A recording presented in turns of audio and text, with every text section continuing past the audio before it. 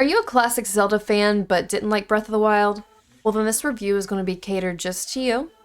If you do end up enjoying this video, please do like and subscribe. This is the first review video of many, hopefully. Also, drop a comment telling me if you like Tears of the Kingdom or not. I would love to hear how others felt about this game. It's very interesting to see other people's viewpoints. As I have said in the past, this channel is going to be whatever I feel like posting, and today that is currently going to be a review video. Now, I have been a Zelda fan for over 20 years now. I've played every single Zelda game at least once, and other Zelda games hundreds of times throughout the years. I'm not exaggerating that, by the way. Very, very big Zelda gamer. Typically, a Zelda game is defined by its story, gameplay, music, overworld, and uniqueness, which leads me into Tears of the Kingdom. The Legend of Zelda Tears of the Kingdom is a massive overhaul of Breath of the Wild by far. With many new experiences and creative features, this game is racking up raving reviews left and right. Now, you may be wondering why I decided to make a review video for this game, considering how many reviews it has been gathering. And there's multiple reasons on why I decided to make a review video of this game. If you're like me, you might have had very, very strong feelings about Breath of the Wild. It was lacking so much when it came down to the Zelda aspect, in my opinion. I know a lot of people nowadays, they prefer mass-produced games. They prefer sandbox games over actual story and detailed games, which is why I wanted to make a review like this that is catered towards those who grew up on the Zelda games, who like the Zelda games, who are in it for the story, the music, etc., etc. So this is kind of why I wanted to make my own brutally honest classic Zelda viewpoint of this game, and whether you should get it or not. Now, since this is my first review video, I do want to go ahead and get into how I'm going to be grading everything. The grading scale is going to be from 1 to 100 when it comes in terms of points. Before I dive any deeper into this review, I do want to go ahead and let you know there will be spoilers. Now, granted, this is a review video, yes, but I don't want to give out too many spoilers since this is a review video on should I get this game, should I not, things like that. So therefore, the story, the gameplay, the uniqueness, everything that I wanted to go over in my review is going to be very generalized, just so you can kind of get an idea of where my viewpoint's coming from, while at the same time keeping it a little less of a spoiler and more of just a general review. Now, there will still be a few spoilers, but it can't be helped for me, at least with this review. So let's go ahead and dive into the story of The Legend of Zelda Tears of the Kingdom. Now, the story is one of the biggest things that I enjoyed for forever in the Zelda games. It's something that's very impactful, something that has meaning into the whole series, and quite frankly, the series just would not be enjoyable without the story. The story is a very big part of the games, and it is something that I look forward to. When I say that I was very disappointed with the story in The Legend of Zelda Tears of the Kingdom, I was very disappointed in the first half at least. So let me go ahead and lay down all of this and tell me if any of this sounds familiar. HYRULE is in chaos, you're not sure what's happening, the princess is missing, and you're overall confused about the whole situation. You, as Link, make your way to different areas in the map, go to these different regions, and find out that these different regions are plagued with different issues. Once when you help out each region with their issues, you then receive a power from one of their sages. You get the power of lightning, you get the power of air, you get the power of a shield, etc., etc.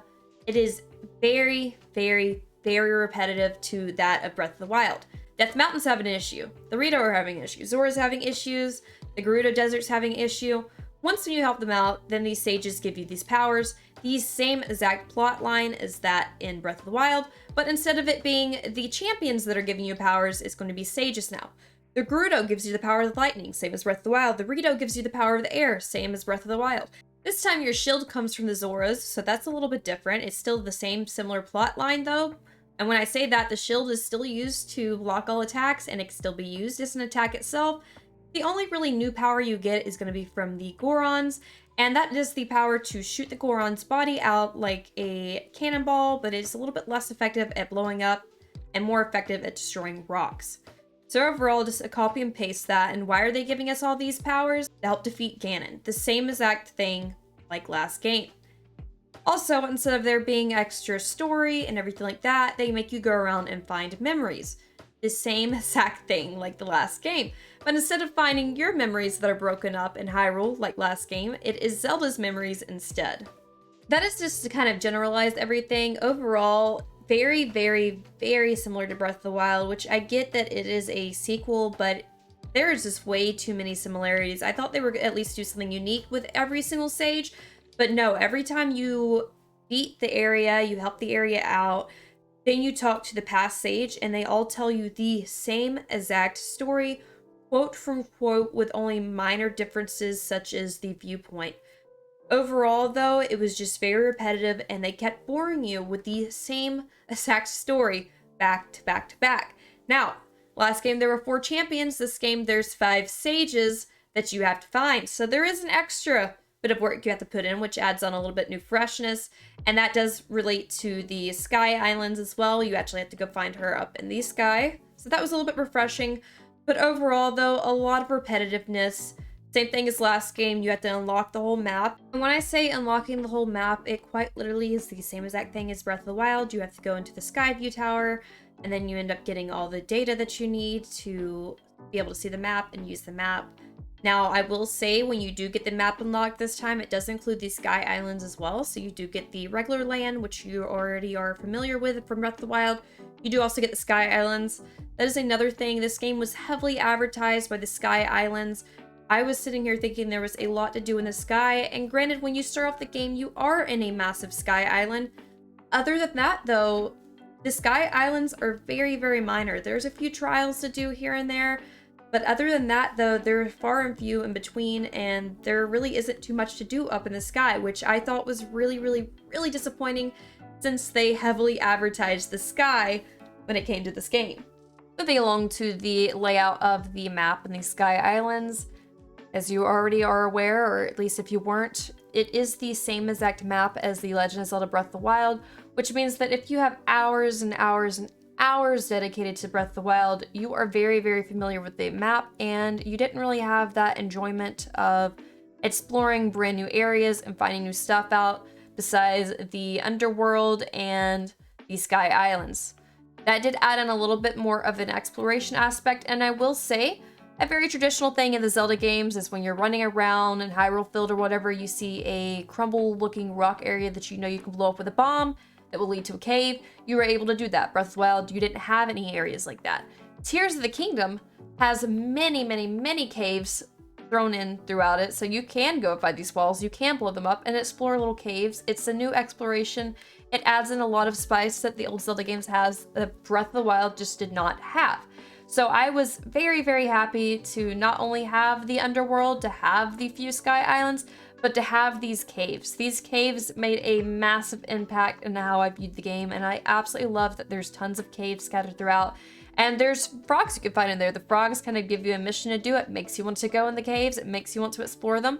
There's all kinds of different stuff hiding in those caves. You have no idea what's going to be in there. The Ganonans were in one of the caves. I found a Hinox in the other caves. There's a lot of stuff going on in the caves. It was very, very fun, and I did enjoy that aspect of exploration. So even though it is a very similar map to Breath of the Wild, what is the same map, there are some new aspects that really refreshen and brighten up the overworld that we're already familiar with. Now let's go ahead and get out of some of the repetitiveness. Even though the beginning was kind of repetitive, the actual storyline itself and what happened to Zelda was completely different from the previous game. It gets a little bit more into Hyrule's history, and there's a lot of stuff going on in the background, so it made for a very refreshing and new story, which I very much so enjoyed. So I would say, besides some of the repetitiveness, the story is still its own unique Zelda story, and there still is a little bit more aspects going on to it. There is lore behind it, and when I say lore, one of my favorite moments is when the Master Sword's damaged, it does talk to Zelda. And guess what theme is playing in the background? It is Fi's theme. What sound is the sword making? It is Fi's little beep sound when she talks to someone. I really enjoyed the little Easter eggs and little details like that. So I will say the story was pretty good. I wish it had less repetitiveness. I felt like Nintendo had plenty, and I mean plenty of time to think of a little bit more of a creative story and to add in some newer details with the story. But besides that, it was pretty good though for the story. So past the story, let's go ahead and dive into some of this gameplay. Now I know a lot of you guys have already been seeing gameplay. I'm sure literally every single thing that I have platform-wise to watch reels and videos has been filled with Zelda. My Facebook reels, the YouTube story shorts, even my Instagram, all of it's been filled with people burning Koroks alive. There's been all kinds of little glitches that people are finding out. There's been tons and tons of different gameplay elements that have been emerging, and it is really, really fun. Nintendo literally took people breaking the game with Breath of the Wild and decided, well, we're gonna go ahead and let you break the game with actual Tears of the Kingdom. When I say there's a lot to do, you can literally do so many different customizations. You can see people are building actual robots with their master hand. You have all kinds of different things you can do. You can build cages and trap the enemies in. You could quite literally put a bomb onto your shield, let the enemies hit your shield, and it just blows them away. I was on a pirate ship fighting a group of monsters, and a bokoblin decided he wants to hit my shield with a bomb on it. Well, dude went flying to the water, instantly died. It was a white bokoblin, so I was pretty happy with that. There's all kinds of different stuff you could do. You can attach a rocket to your shield and go flying, and it will be like a little extra boost. So that kind of helps you out too, especially when you don't have enough stamina to climb up a wall you want to climb over. Different things like that. It made for a lot of fun. I absolutely enjoyed it. Let's go ahead and talk a little bit about the enemies. Now, Breath of the Wild was outrageously easy, and when I say outrageously easy, the white bokoblins were not even a challenge, or at least they were not a challenge to me. They died pretty easily. Even Calamity Ganon, the actual boss fight, the final fight in Breath of the Wild, was not challenging at all. It was like a puff in the wind. It was absolutely nothing. It was super easy. It just really was lacking challenge. Tears of the Kingdom is a lot, and I mean a lot harder than what Breath of the Wild was. I found myself dying constantly back and forth in Tears of the Kingdom, which gets kind of aggravating after a while, but at the same time, there really is a challenge there. And, you know, that kind of takes into play the monsters, the enemies, I feel like are a lot stronger in Tears of the Kingdom. The weapons are a lot weaker in Tears of the Kingdom. However, with your creativity, you can combine stronger items to your current weapons and make a massively strong weapon. There's a lot of different abilities to do better and cooler things with fighting the enemies in this game, but overall the enemies were a lot more challenging. There was just overall a lot more enemies to begin with, and there's just a lot of stupid stuff. You'll find like bokoblins riding on the back of the monsters. For example, the talisman will have like actual forts built in the back of them. There's just little things like that that I thought were absolutely hilarious. Some of the monsters will run around, even the Yiga clan, they'll run around on their own handmade creations. There's a lot of different variations. I was walking around in Gerudo Town, and one of the guards was holding some kind of funky Zonite rusty axe spear thing. I was like, what the heck even is this? It was actually very funny, and it made for a lot of hacks. Hints right here. You could see I went to go boost myself up, but my shield decided it wanted to be weak right before I did it, and then I fell and hurt myself. There's just a lot of stupid stuff, and you can see tons and tons and tons of videos of people taking advantage of the gameplay. The gameplay is some of the most unique gameplay I have ever experienced. I really like that Nintendo took everyone breaking the game in the last game and just let them have a free round with breaking every single aspect possible in this game. Besides just the fighting mechanics though, it is a little bit harder to find certain items in HYRULE. Yes, there is abundance of items, but at the same time, there is a little bit lack thereof, especially when you're starting out. There's a lot of good items that are being guarded by the bokoblins and other enemies, so you can't really go near them and grab the items unless you're looking to die immediately. But I did find that the amiibos are really helpful. Now, the amiibos is going to be partially a part of this. A lot of people bought the amiibos for Breath of the Wild just so they can get the extra outfits and everything like that. If you do not have the amiibos, but you still want to have the Easter eggs and stuff like that they did drop, the game Tears of the Kingdom already has that stuff included. Most of the outfits and everything that you were able to get from amiibo only in last game are currently in the underworld or even some of the overworld in the Tears of the Kingdom game. So you are able to get some items that you weren't able to get in last game in this game. And even the teleporter from the DLC on Breath of the Wild is just now an available option for you in Tears of the Kingdom for free. So I do like that they added in some of these Easter eggs. Now, the amiibos are still helpful if you have a surplus of amiibos like I do. I have 50 plus amiibos, and I think like 40 plus of them. I think at least 40 of them are going to be Zelda amiibos.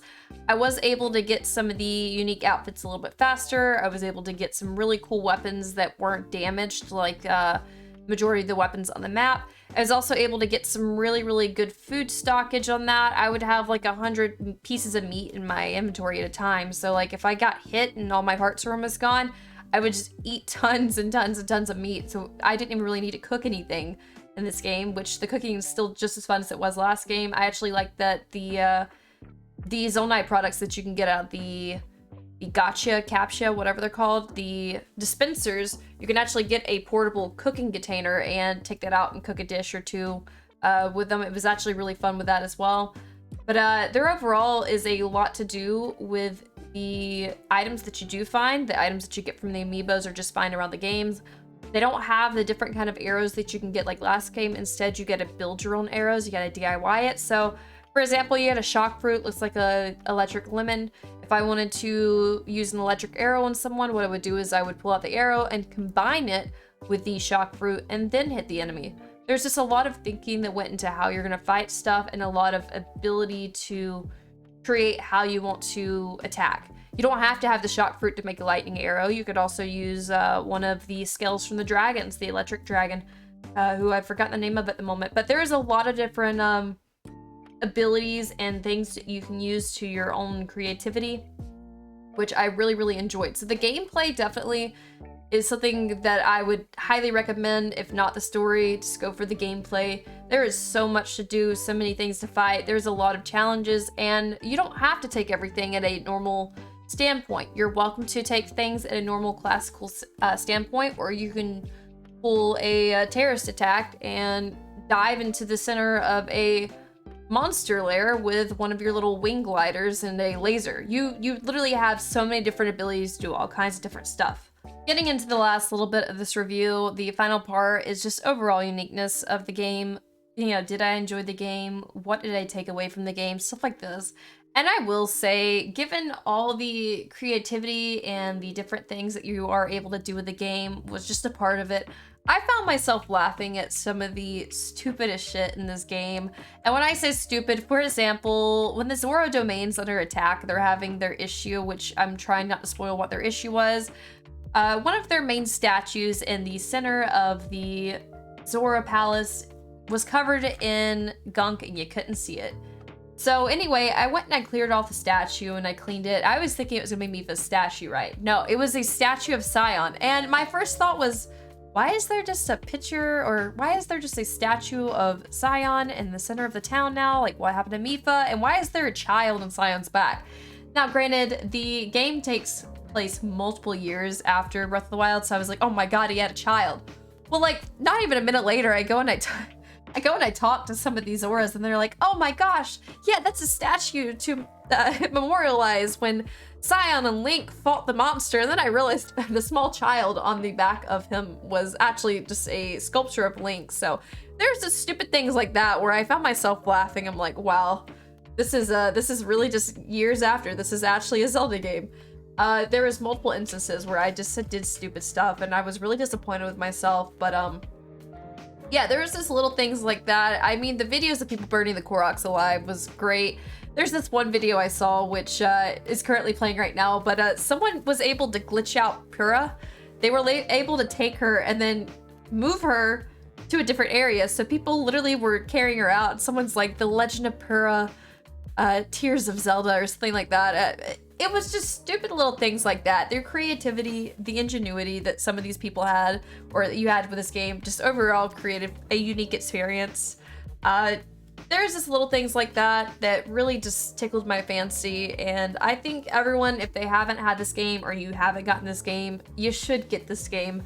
This kind of leads into the final bit of the review. My score for this game is going to be an 88 out of 100. Now, why am I giving it 88, whereas most people are giving it, you know, up in the higher 90s? Well, like I said, I found it to be very repetitive, and coming from someone who buys the Zelda games specifically for the story and the plot and the music and everything like that, there was a little bit of a lack of story there. Granted, it had a good story, but it was just very repetitive in the first half. Now, granted, the score is a little bit higher. Breath of the Wild didn't have hardly any music in it at all. Tears of the Kingdom made sure they had music, and they made sure to hit home with the music. The music is revamped, revitalized, classic Zelda music with a new twist for the game. There's a lot of new stuff they added into it, which I really enjoyed, but some of that repetitiveness I just couldn't get past. Some of the mechanics were absolutely amazing, but I really wish Nintendo would have gotten a little bit more creativity instead of just copying and pasting what their game players or fans were currently doing. I just felt like Nintendo had a little bit more of an ability to do a few more different things than what they did. Now, I get that, once again, a pandemic happened and some of the ideas they might have had might have changed to get stuff out at a decent time since people were screaming for this game. But yeah, there is overall just a lot to do, a lot of fun things to enjoy in this game. And so if you absolutely hated Breath of the Wild, I promise you, you will like Tears of the Kingdom. Tears of the Kingdom actually did Breath of the Wild a lot of justice. Am I happy that I had to buy Breath of the Wild for $60 and then I had to buy Tears of the Kingdom for $70 for it to basically be a big, massive DLC of Breath of the Wild? No, but did I enjoy it? Yes. Besides some of the repetitiveness though, and the price point for the game and how the game was set up, I was just very, very happy with everything. I will say I am leaving this review currently at about 70 hours in game for The Legend of Zelda Tears of the Kingdom and over 300 hours for The Legend of Zelda Breath of the Wild. So I do have a decent amount of time put into both of these games, or at least for me, that's a decent amount of time put in these games where I felt like I was able to leave a review. Or the reason why this review didn't come out immediately when I beat the game is because I wanted to make sure I thoroughly explored some of the areas and figured out a few more things on how I felt about this game. And I will say, slowly throughout playing more of this game, my review of it has went up a lot higher because originally my rating with the repetitiveness was not that great. But to answer the main question though, as a classic Zelda player that didn't like Breath of the Wild, or as a classic Zelda player who was unsure about getting Breath of the Wild because it looked too Skyrim-esque, please do get The Legend of Zelda Tears of the Kingdom. You don't have to get the Breath of the Wild game if you've never played it to be able to play Tears of the Kingdom. Honestly, if you are a brand new player and you're debating to get both of these games because you saw the raving reviews for Tears of the Kingdom, I personally would recommend not even getting The Legend of Zelda Breath of the Wild and just heading straight to The Legend of Zelda Tears of the Kingdom. I personally think that my review of Tears of the Kingdom would have been much, much higher had Breath of the Wild not existed, but we can't act like it didn't happen. It did happen, and unfortunately it left a little bit of a negative taste in my mouth to compare it with Tears of the Kingdom. And with that, I hope that you did enjoy this video. A lot of effort went into this video, though it is very choppy. It is my first review video, so I'm still figuring out how to format it. I have actually recorded and deleted and then re-recorded this video 3 times now, so this is the kind of final take for me. I just had too much to say and it was hours worth of me just talking, so we had to narrow it down a lot. But I had a lot of feelings on this, and I am just a very big Zelda fan, so I had a lot to say. So hopefully this didn't format too funky for everyone. Other than that though, if you did end up enjoying the video, please do like and subscribe. It would really help me out.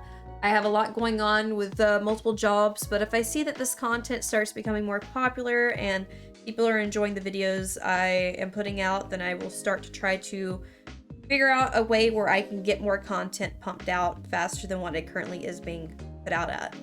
Other than that though, I hope the rest of you were helped out with this review. If you have the game, I hope that you continue to enjoy it. If you're debating on getting the game, please do get it and let me know how you enjoyed it. I would love to hear the aftermath of getting this game and hearing what your thoughts were on it. But other than that though, I hope all of you enjoy all of that, and yeah, I'll see you guys later.